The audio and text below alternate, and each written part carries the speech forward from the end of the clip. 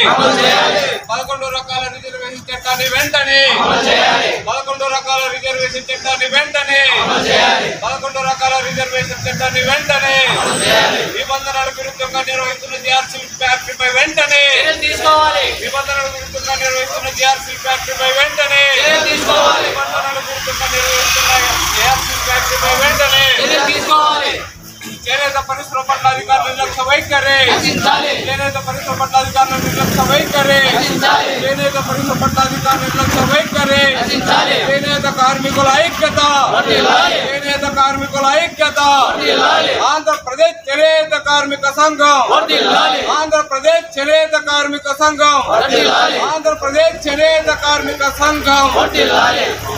ధర్మవరం పట్టణంలో 11 రకాల రిజర్వేషన్ చట్టాన్ని అమలు చేయాలనేసి మరి అదేవిధంగా పవర్లూమ్లో ప్యూర్ టు ప్యూర్ నేస్తున్నటువంటి పవర్లూమ్ యొక్క యజమానులపై వెంటనే చర్యలు తీసుకోవాలనేసి దాడులు చేస్తున్న ఎంఫోర్స్మెంట్ అధికారులు మరి నిర్లక్ష్యంగా ఎక్కడైతే పవర్లూమ్లో ప్యూర్ టు ప్యూర్ నేస్తారో అక్కడ దాడులు చేయకోకుండా వాళ్ళు వచ్చి చుట్టముచ్చుపుగా వచ్చి వెళ్తున్నారు. వాటన్నిటిపైన సమగ్ర విచారణ జరిపించి వారిపై చర్యలు తీసుకోవాలనేసి మరి ఆంధ్రప్రదేశ్ చేనేత కార్మిక సంఘం ఆధ్వర్యంలో మరి అదేవిధంగా అన్ని ప్రజా సంఘాలు ధర్మంలో ఉన్నటువంటి చేనేత ప్రజా సంఘాలన్నీ కూడా ఇక్కడ ఉన్న జిల్లా నాయకత్వం వెంకటనారాయణ, అదేవిధంగా ఏ డివిజన్ నాయకులు రమణ గారు, శ్రీనివాసులు గారు, అదేవిధంగా ఇతరిత అందరి నాయకత్వంతో కూడా మరి ఆర్డీఓ గారికి వినతి పత్రం ఇవ్వడం జరుగుతుంది.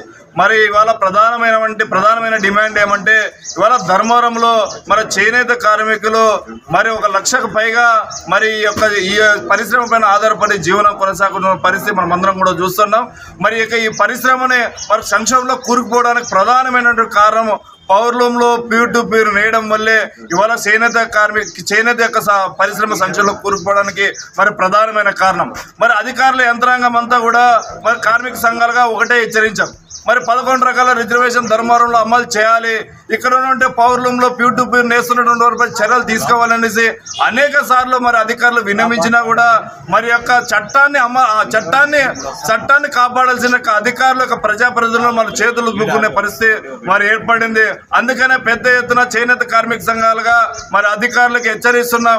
ఇప్పటికైనా సరే ఈ యొక్క జరుగుతున్నటువంటి పవర్లూమ్లో ప్యూర్ టు ప్యూర్ అరికట్టే విధంగా అధికారులందరూ కూడా చర్యలు తీసుకోవాలనేసి ఈ సందర్భంగా డిమాండ్ చేస్తున్నాం. అదేవిధంగా ప్రజాప్రతినిధులకి ఇక్కడ ఉన్నటువంటి స్థానిక శాసనసభ్యులు మరి ఆరోగ్యశ్రీ మంత్రి మరి ఆ సత్యకుమార్ గారికి కూడా ఒకటే విన్నవిస్తున్నాం. గతంలో ఉన్నటువంటి ప్రజాప్రతినిధి ఇక్కడ ఉన్నటువంటి చేనేత కార్మికులతో కష్టాలతో వాళ్ళ యొక్క డబ్బులతో వాళ్ళు వేల కోట్ల రూపాయలు ధనార్జనంగా దేనిగా సంపాదించినటువంటి యజమానాన్ని పక్కన పెట్టుకొని వాళ్ళకు వత్తాసు పలుకు 11 రకాల రిజర్వేషన్లు మళ్ళీ తుంగలో తొక్కుతున్నా కూడా ఒక పక్క మాజీ ప్రజాప్రతినిధి సహకరించడం వల్లే ఇక్కడ ఉన్నటువంటి కార్మికులందరూ కూడా ఇప్పుడున్నటువంటి ఎమ్మెల్యే మరి మంత్రి సత్యకుమార్ గారికి మరి అత్యధిక మెజార్టీకి ఇప్పించి ఇక్కడ ఉన్నటువంటి కార్మికులందరూ కాపాడుతారనే ఉద్దేశంతోనే మరి అందరూ కూడా ఓట్లు వేసి గెలిపించడం జరిగింది. ఆయన కూడా మాజీ యొక్క జరిగినటువంటి ప్రజాప్రతినిధులు చేస్తున్నటువంటి విధానాలే ఈయన కూడా చేస్తున్నాడు అనే అనుమానాలు కార్మికులందరిలో కూడా ఉన్నాయి. ఇప్పటికే ఉన్నటువంటి ప్రజాప్రతినిధి దగ్గర అక్కడ ఫ్లెక్సీల రూపంలోనూ యాళ్ల రూపంలోనూ దర్జాగా మాకు అధికారం ఉన్నటువంటి ఎమ్మెల్యే మా అంటున్నాడు, మేము పవర్లూమ్లో ప్యూర్ టు ప్యూర్ నేస్తాం అని నిక్కచ్చిగా చెప్పే పరిస్థితి ఏర్పడిందంటే మరి యొక్క చట్టాలను కాపాడాల్సినటువంటి మంత్రులు ఎమ్మెల్యేలు ఏమైపోయినారు. ఇవాళ చాలా కార్మికులందరూ కూడా ఆశ్చర్యానికి ఇవాళ వాళ్ళకు మీ మీద ఉన్న నమ్మకాన్ని సన్నగిల్లే పరిస్థితి ఏర్పడింది. అదేవిధంగా పక్క నియోజకవర్గంలో ఉన్నటువంటి మరి చేనేత జౌళి శాఖ మంత్రి మరి సబితా గారు ఇంతవరకు కూడా ఒక్క చేనేత కార్మికులతో కూడా మరి మాట్లాడే పరిస్థితి కనపడలేదు. ఆమె మాత్రం పేపర్ పులి మాత్రమే ప్రకటనలు చేసుకుంటే మాత్రం ఉంది తప్ప ఇక్కడ ఉన్నటువంటి కార్మిక కష్టాలు తెలుసుకునే పరిస్థితిలో మరి సబితమ్మ గారు కూడా లేరనే పరిస్థితి స్పష్టమవుతోంది. ఇప్పటికైనా సరే ఇద్దరు మంత్రులు కూడా పూర్తి స్థాయిలో ఇక రిజర్వేషన్ చట్టాన్ని అమల్లో కూడా మీరు తీసుకురాకపోతే కార్మిక సంఘాల పెద్ద ఎత్తున ఉద్యమిస్తామనేసి ఈ సందర్భంగా తెలియజేస్తున్నాం.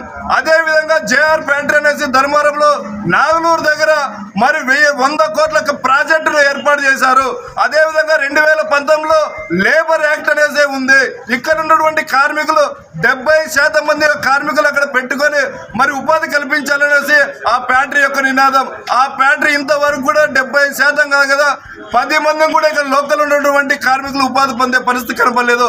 ఇతర రాష్ట్రాల్లో బీహార్ సూరత్ నుండి కార్మికులు తీసుకొచ్చుకొని ఇక్కడ నుండి ఉపాధి కల్పిస్తారు తప్ప ఈ ప్రాంతంలో నుండి కార్మికులకు ఎవరు కూడా ఉపాధి కల్పించే పరిస్థితి కనపడలేదు.